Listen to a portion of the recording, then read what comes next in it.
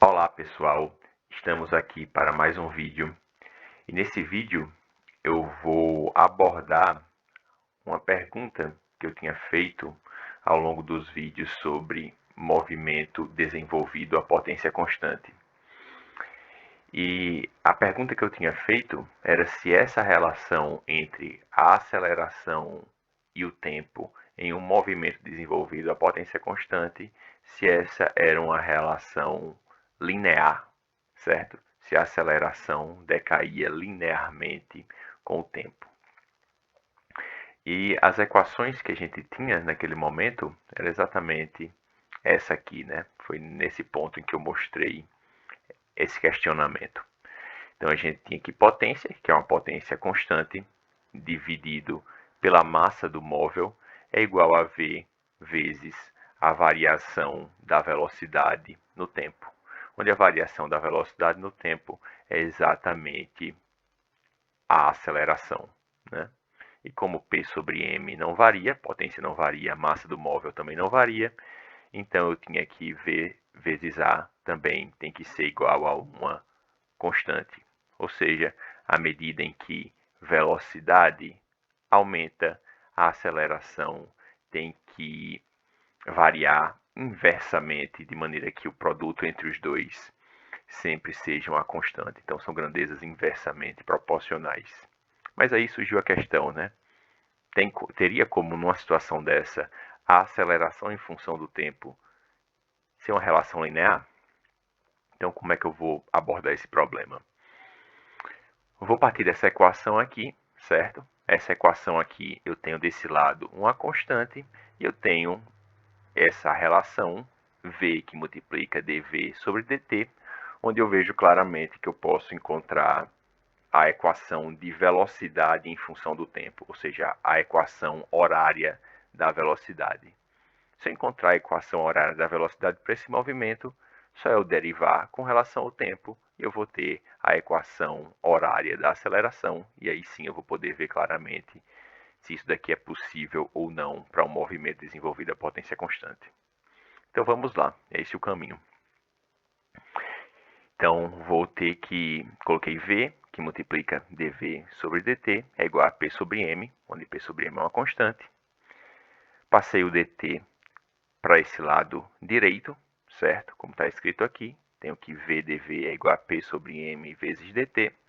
E eu vou, já que eu consegui isolar as variáveis, né? Velocidade de um lado e dt do outro, isso aqui sendo uma constante, então eu posso integrar os dois lados de acordo com as variáveis velocidade e tempo que estão separadas dos dois lados. Então, o que foi que eu fiz? Como eu vou usar essa variável v como um limite de integração para significar a velocidade v em um determinado instante de tempo t, então eu mudei, tá certo, as variáveis a variável de integração. Coloquei como sendo a mesma variável, sendo que linha, né? V', dV', e aqui coloquei dt', já que eu também vou estar usando o t como uma variável em um dos limites, né, de integração. Então, vou ficar com integral de v dv de v0 até v, que é igual a P sobre M, integral de dt' de 0 até t. Integral de v' dv' é v ao quadrado sobre 2. Quando eu substituo os limites de integração, vou ficar com v ao quadrado sobre 2 menos v0 ao quadrado sobre 2. Certo? Sendo v0 uma constante, né, a velocidade inicial. E v, claro, v também vai ser a velocidade final. Velocidade inicial vai ser um valor que vai ser determinado pela questão, e a velocidade final vai ser a velocidade no instante de tempo em que eu escolher calcular essa velocidade, certo? E novamente a integral de dt' de 0 até t. Integral de dt' é simplesmente t'. Quando eu substituo os limites de integração, eu vou ter, quando eu substituo 0, eu vou ter 0. Quando eu substituo t, eu vou ter simplesmente o próprio tempo. Então, desse lado aqui, eu vou ter P sobre M vezes T. Ok, então, desse lado, a integral da t', desse lado de esquerdo da equação, a integral dá 1/2 de v' ao quadrado, que quando é substituído os limites de integração, aí eu fico com v e v0. Passando para o próximo passo, o que é que eu tenho? Passei esse termo, v0 ao quadrado sobre 2, para a direita. Tudo bem? Depois, multipliquei toda a equação por 2, aí fiquei com v ao quadrado é igual a v0 ao quadrado mais 2 vezes p sobre m vezes t, multiplicando todos os termos por 2. E, finalmente, aí eu tirei a raiz quadrada, né, dos dois lados da equação para isolar só v de t, no lado esquerdo da equação. Como vocês sabem, tirar a raiz quadrada é a mesma coisa de elevar a 1/2.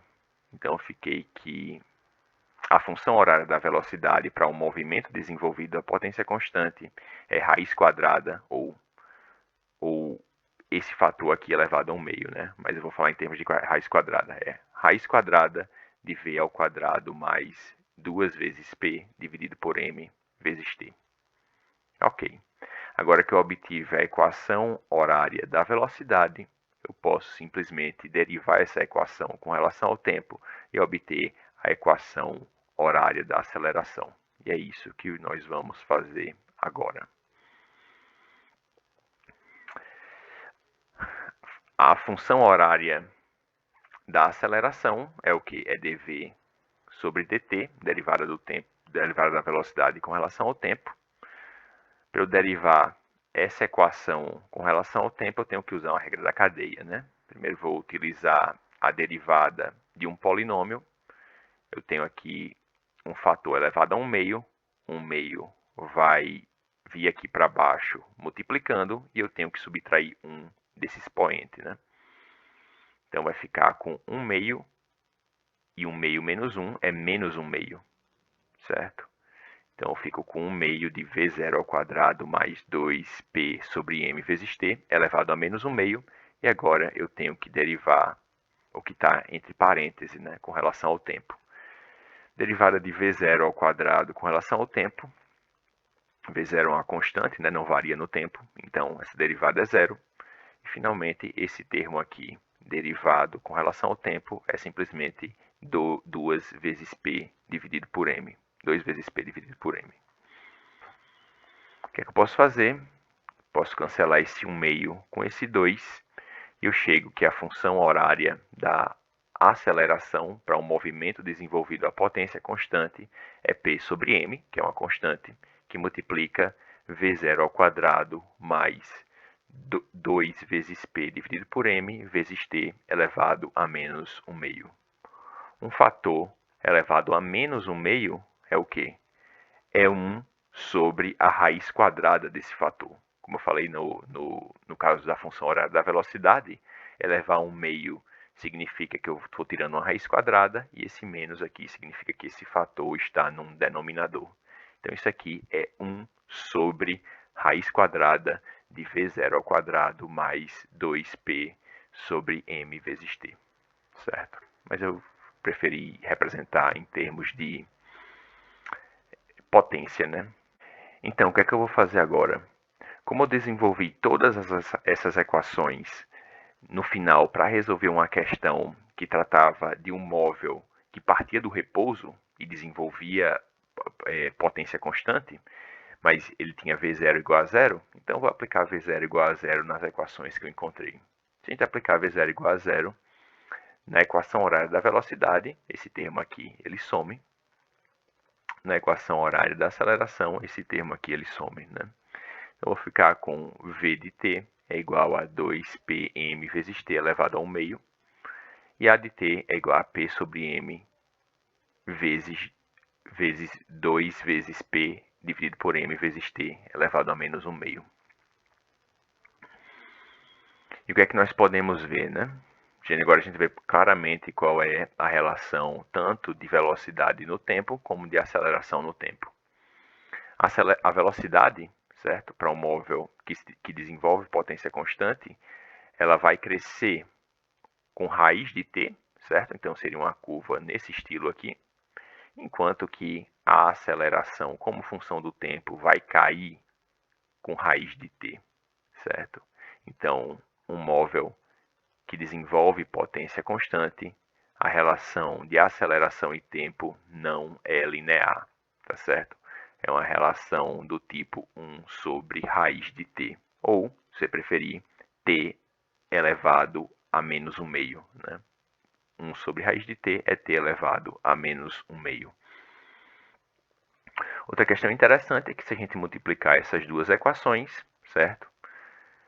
A gente vai cancelar esse termo entre parênteses com esse termo aqui entre parênteses, certo? E o que é que nós vamos ter? Vamos ter exatamente P sobre M, ou seja, o produto velocidade vezes aceleração é uma constante que é dada por P sobre M, que foi de onde nós partimos, tá certo? V vezes A é uma constante, e essa constante é o quê? É P sobre M. E é isso, pessoal, pelo vídeo de hoje. Até a próxima.